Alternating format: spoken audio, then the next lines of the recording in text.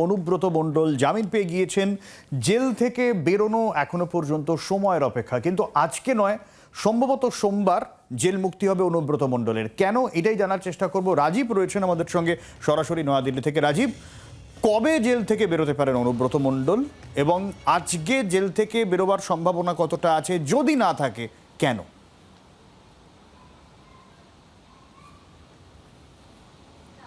দেখো, অনুব্রত মণ্ডল জামিন পেয়েছেন, কিন্তু কিছু জটিলতার কারণে তিনি জেল থেকে আজকে বেরোচ্ছেন না।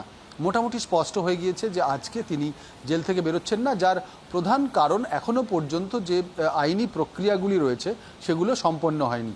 যার মধ্যে প্রথম সবার আগে দরকার সেটা হলো লিখিত নির্দেশ, অর্থাৎ বিচারক যে নির্দেশ দিয়েছেন, যে রায় দিয়েছেন, সেই রায়ের কপিটা প্রয়োজন। সেটি এখনও পর্যন্ত আপলোড করা হয়নি, সেটি হাতে পেতে হবে।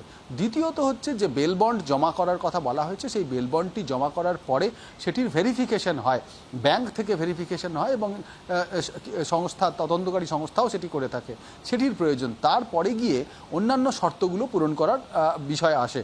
যেহেতু মূল দুটি বিষয় এখনও আটকে রয়েছে, সেহেতু অনুব্রত মণ্ডল আজকে আর বেরোচ্ছেন না, এবং সোমবার তিনি বেরোবেন মোটামুটি এখনও পর্যন্ত, যদি সব কিছু ঠিকঠাক থাকে।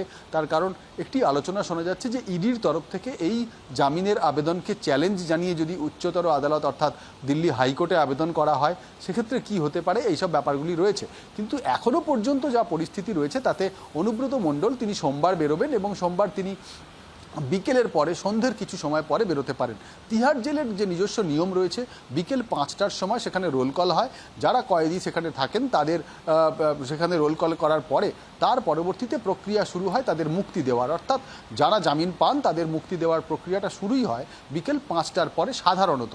অনুব্রত মণ্ডল তিনি 7 নম্বর সেলে রয়েছেন, এবং তার জামিনের খবর তিনি পেয়েছেন, এবং তিনি ইচ্ছে প্রকাশ করেছেন যে তিনি সরাসরি তিহার জেল থেকে বেরিয়ে কলকাতায় ফিরতে চান। এবং তার মেয়ে, আমরা জানি সুকন্যা মণ্ডলও কদিন আগেই জামিন পেয়েছেন এই গরু পাচার মামলাতেই।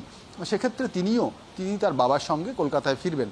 আইনজীবীরা যেটা বলছেন যে তারা আজকে বেল বন্ড জমা করে দিয়েছেন, যে জামিনের জন্য যে বন্ড জমা করার কথা, যে টাকা 10 লক্ষ টাকার কথা বলা হয়েছে, তার জমা করে দেওয়া হয়েছে, সেটির ভেরিফিকেশনের কাজ চলছে। কিন্তু যেহেতু এখনও পর্যন্ত নির্দেশের কপি এসে পৌঁছয়নি, এবং তার পরবর্তীতে যে প্রক্রিয়াগুলি করতে হবে সেই ভেরিফিকেশনের কাজও এখনও সম্পন্ন হয়নি, সেই কারণে অনুব্রত মণ্ডল আজকে আর বেরোতে পারছেন না। সেক্ষেত্রে যেহেতু আগামীকাল রবিবার ছুটির দিন, তাই সোমবার দিন অনুব্রত মণ্ডল বেরোবার একটা সম্ভাবনা কিন্তু রয়েইছে।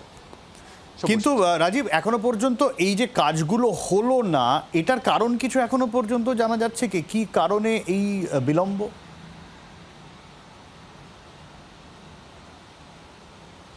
দেখো, আমি যেমনটা বলছিলাম যে রজ এভিনিউ আদালতের বিচারক জ্যোতি ক্লেয়ার তিনি গতকাল মৌখিক নির্দেশ দিয়েছেন। সে আদালত কক্ষেই বিচারক তিনি বলেছেন যে তিনি মৌখিক নির্দেশ দিচ্ছেন, লিখিত নির্দেশ আজকে শনিবার দেওয়া হবে। সারাদিন ধরে আইনজীবীরা তার অপেক্ষা করেছেন, কিন্তু যখন আমি তোমার সঙ্গে কথা বলছি তখনও পর্যন্ত সেই নির্দেশের কপি আইনজীবীদের হাতে আসেনি। প্রথম এই নির্দেশের কপিটা হাতে আসা সব থেকে প্রয়োজন, যার কারণ যে নির্দেশের কপিটা গিয়ে জেল কর্তৃপক্ষকে দেখাতে হয়। দ্বিতীয়ত, যে বেল বন্ডের কথা বলা হয়েছে, সেই বেল বন্ডের জমা করার পরে তার একটা ভেরিফিকেশন হয়। আজকে শনিবার ছিল, সেই ভেরিফিকেশন ব্যাংকের তরফ থেকেও করা হয়, সেই ভেরিফিকেশন মাঝপথে আটকে রয়েছে। সেই কারণেই কিন্তু সোমবারের কথা বলা হচ্ছে। এবং এই লিখিত রায় কেন দরকার? কারণ জামিনের কি শর্ত, সেই শর্তগুলো তো লিখিত রায় ছাড়া সেটি সম্ভব নয় সেগুলো বোঝা, এবং সেগুলোকে নথিভুক্ত করা, এবং সেই অনুযায়ী সব কিছু যে প্রক্রিয়াগুলো সম্পন্ন করা। সেই কারণেই কিন্তু লিখিত রায়ের কপি অপেক্ষা করা হচ্ছে, এবং মনে করা হচ্ছে যে যদি আজকে দেরিতে হলেও কিছু রাতের পরেও যদি আসে, যদি আপলোড করা হয় রজ এভিনিউ আদালতের পক্ষ থেকে, তাহলে সেই রায়ের কপি এলে সোমবার সেই প্রক্রিয়াগুলো সম্পন্ন করে সোমবার বিকেলের পরে কিন্তু অনুব্রত মণ্ডল তিনি মুক্ত হতে পারেন। এবং সেক্ষেত্রে তিনি, যেমনটা আমি বললাম, সরাসরি কলকাতায় যাওয়ার ইচ্ছা প্রকাশ করেছেন। তার কিছু ট্রিটমেন্টেরও প্রয়োজন আইনজীবীরা জানাচ্ছেন, সেই ট্রিটমেন্টের আবেদনও তিনি আদালতে জানিয়েছিলেন, কিন্তু যেহেতু তিনি জামিনে মুক্ত হচ্ছেন তাই সেই আবেদন প্রত্যাহার করে নেওয়া হয়েছে। আইনজীবীরা জানাচ্ছেন যে তার চিকিৎসা তিনি বাড়িতে ফিরেই করতে পারবেন, সেক্ষেত্রে আর জেল কর্তৃপক্ষের বা আদালতের নির্দেশের চিকিৎসার জন্য প্রয়োজন নেই। অনেক ধন্যবাদ রাজীব। অনুব্রত জামিন পেতেই তৃণমূল নেতাদের গলায় হুঁশিয়ারির সুর। বীরভূমের বাঘকে খাঁচায় বেশি দিন বন্দি করে রাখা যাবে না। বাঘ খাঁচায় থাকলে শেয়াল হায়নারা চিৎকার করতে থাকে, বাঘ খাঁচা থেকে বেরিয়ে এলে শিয়াল হায়নারা পালিয়ে যায়, এমনটাই মন্তব্য করছেন কে? ফিরহাদ হাকিম।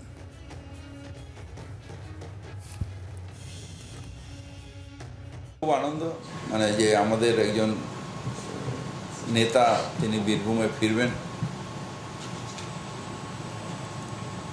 রাজনৈতিকভাবে অনেকদিন তাকে আটকে রাখা হয়েছে, কিন্তু সত্যের জয় হবে এবং সত্যের জয় হচ্ছে।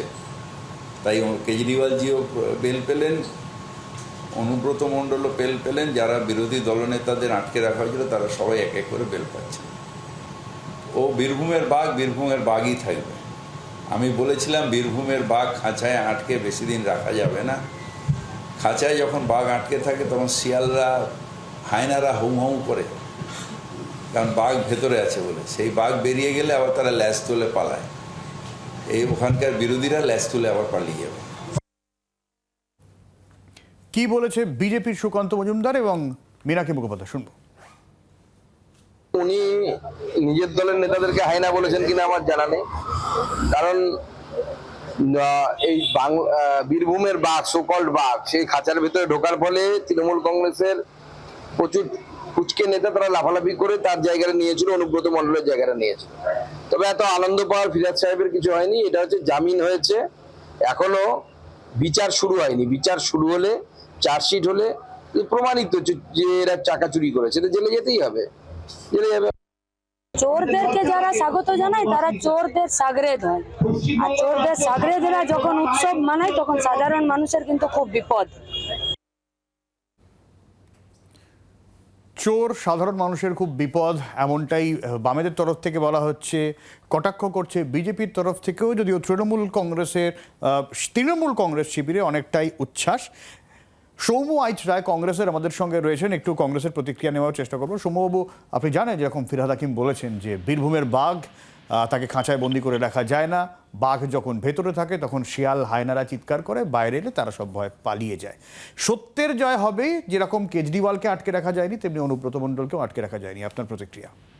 একটা দুর্নীতির মামলায় তদন্ত করে এখনো তদন্তে উনি পুরোপুরি দোষী সাব্যস্ত হননি বা খালাসও হননি, অপরাধও প্রমাণ হয়নি, তার জন্য বেলে আছে। আসলে ফিরহাদ বাবুরা ওনাকে বুস্ট আপ করার চেষ্টা করছেন, সহযোগিতা করার চেষ্টা করছেন, পাশে থাকার বার্তা দিচ্ছেন। আমরা আছি, তুমি যেরকম করে বীরভূমে মানে উন্নয়ন রাস্তায় দাঁড়িয়ে থাকতো, চরাম চরাম ঢাক বাজতো, নকুলদানার কালচার, থ্রেড কালচার, পুলিশকে 8 ঘন্টা সময় দেওয়া, 45 মিনিট সময় দেওয়া, নইলে গ্রাম জ্বালিয়ে দেবো, এগুলো যাতে আবার পুনরাবৃত্তি হয়, বিরোধীদের উপরে দুর্মুষ করা যায়, নিশ্চিহ্ন করা যায়, বিরোধী শূন্য করা যায়, সেই বিষয়গুলো এনশিওর করছেন, ওনাকে বাহবা দিচ্ছেন, ওনাকে সাপোর্ট করছেন যে তুমি ঘাবড়িও না, দল তোমার পাশে আছে, তোমার পাশে আছে, যা হওয়ার হয়ে গিয়েছে, মন খারাপ করো না, আবার তুমি তোমার কর্মকাণ্ডে নেমে যাও, আমরা তোমার পাশে আছি। সেটাই আর কি রিনিউয়াল করছেন আর কি। বাংলার আওয়াজ, বাঙালির আবেগ, জি 24 ঘন্টা।